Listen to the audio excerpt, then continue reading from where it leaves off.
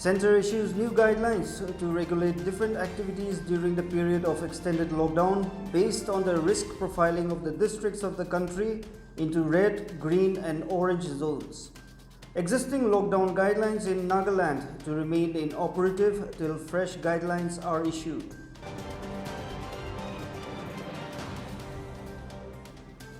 India recorded the biggest single-day jump of 2,293 coronavirus cases, taking the total to 37,336. 1,218 deaths linked to the highly infectious COVID-19 have been reported so far.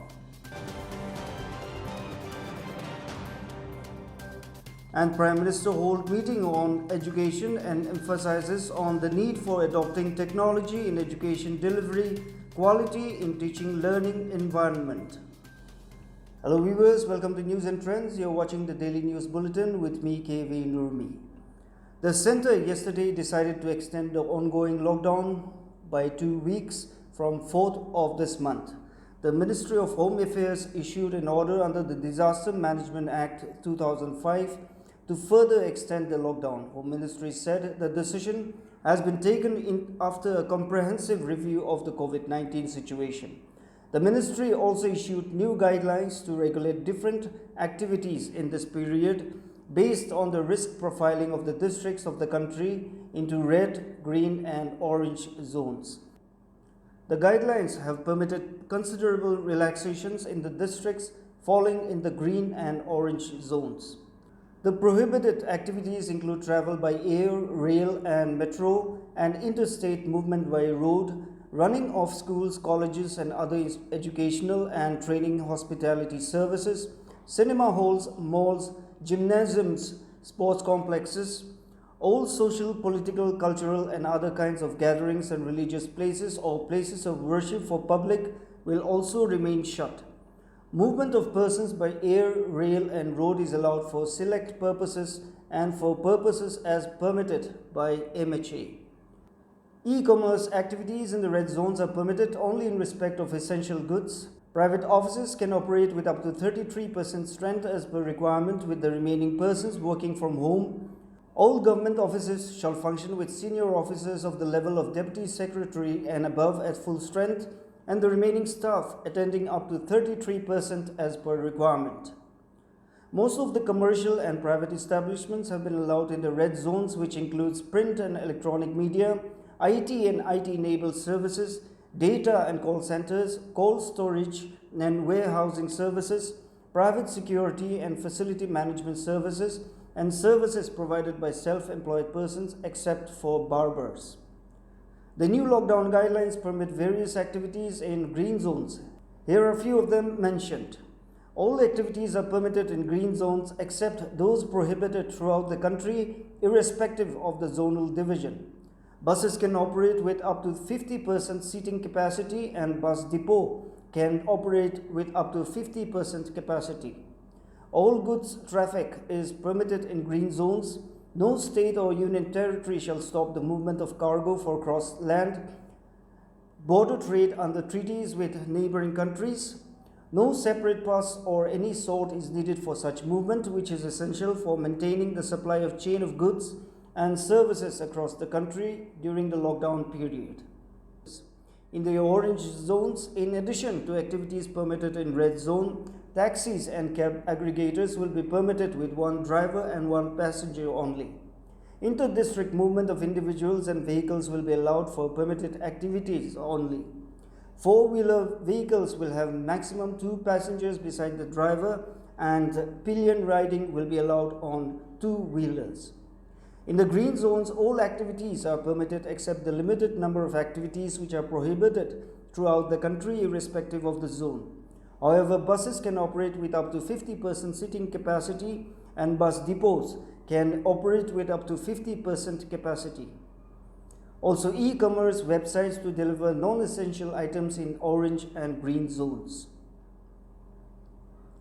Meanwhile, Nagaland government has issued an order stating that all the existing guidelines with regard to lockdown measures in all parts of the state issued on April 20, 2020 will continue to remain inoperative till the issuance of fresh guidelines. India recorded the biggest single day jump of 2,293 coronavirus cases, taking the total to 37,336, the Union Health Ministry said this morning, adding that 1,218 deaths linked to the highly infectious COVID-19 have been reported so far. The number of active COVID-19 cases stood at 26,167, while 9,950 people have recovered and one patient has migrated, the ministry said. The total cases include 111 foreign nationals. According to the Health Ministry data updated this morning, the highest number of confirmed cases in the country is from Maharashtra with 11,506, followed by Gujarat at 4,721, Delhi with 3,738, and Madhya Pradesh at 2,719.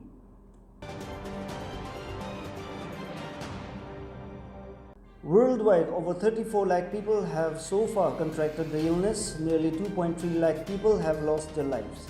The number of COVID-19 cases in the United States has reached 11 lakh 197 as of according to the Center for Systems Science and Engineering at Johns Hopkins University. The death toll from the disease in the country hit 64,789. Spain has 2,13,435 recorded cases of the coronavirus and 24,543 deaths. The coronavirus pandemic has claimed 28,236 lives in the lockdown in Italy, bringing the total number of infections, fatalities, and recoveries to 2,07,428. Latest data from the country's Civil Protection Department showed yesterday. The United Kingdom has 1,78,685 confirmed cases and 27,583 deaths, and France has so far recorded 1,67,305 cases with 24,628 fatalities.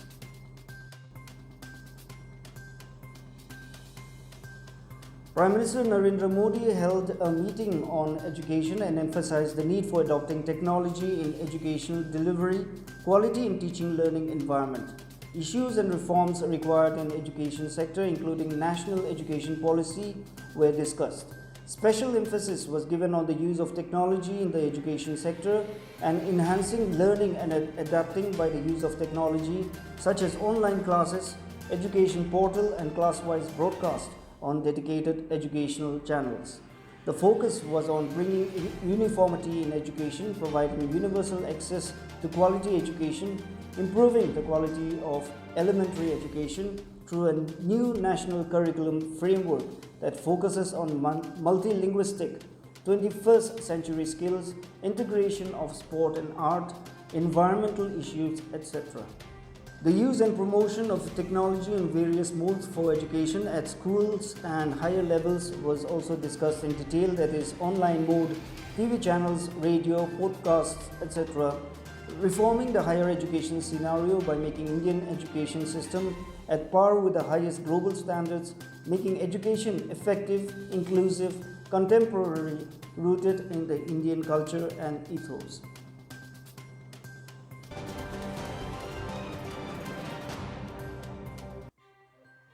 The fully equipped ambulance service was launched at Zinaboto by the Deputy Commissioner Zinaboto, Peter Lichamo, at Heske Memorial District Hospital with a dedicatory prayer program today.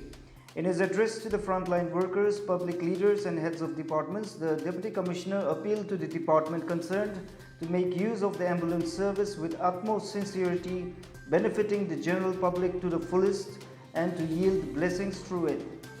He also expressed deepest appreciation to government for making the service possible at the district. The keys for the ambulance, which was handed over by the Deputy Commissioner, was jointly received by MS and CMO Zinaboto. Let's now take you to Kohima, where the briefing is being made on the status of COVID-19 in the state. The state government has informed that a total of 674 samples have been sent for testing from the state till date, and results of 661 samples have been received and all have been tested as negative. The results for the remaining 13 samples are awaited. Making a briefing on the COVID-19 status in the state, Nibakrono, Minister for Planning and Coordination, Land Revenue and Parliamentary Affairs, said, "Today, a total of 1,397 persons have been screened and a total of 21 persons are under facility quarantine."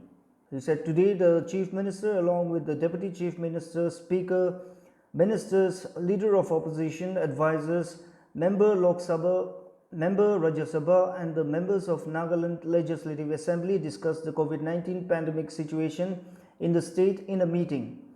The Chief Secretary Nagaland gave an overview of the various steps taken by the government since the emergence of COVID-19 as a threat and informed of the various measures initiated for improving the level of preparedness of the state for combating COVID-19.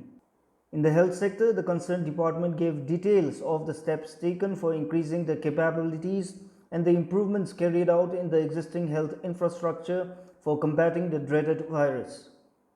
The Additional Chief Secretary and Finance Commissioner gave an overview of the state of finances of the state in the wake of pandemic and the lockdown and actions taken for mobilization of additional resources along with initiation of some of austerity measures for cutting down on expenditure. Krono said the members both from the ruling and opposition present in the meeting actively participated in the discussion and shared opinions on the strategy to be followed for further improving the level of preparedness at all levels in the state for fighting against COVID-19. The minister also informed that the health department has received 9 consignments by air and 13 consignments by road of essential medical equipments and accessories and medicines. He also stated that the state has received another 2 consignments by air of the equipments for the upcoming BSL-3 lab at Kohima and the BSL-2 lab at Dimapur. He also said that the state has more than 50,000 PPEs and about 2,75,000 triple-layer masks and more than 40,000 N95 masks in the state. He said that the government is continuously in the process of further strengthening the medical infrastructure and increasing our capabilities. And with that, we come to the end of this bulletin. Do subscribe to us on the YouTube channel and also follow us on Twitter and Facebook. Do stay tuned as we try to bring you lots more of these news and updates through this medium. Meanwhile, we request you to take cognizance of all the directives issued by the government from time to time in order to contain the COVID-19 pandemic. Stay home and stay safe. And from all of us here, it's bye for now and thanks for watching.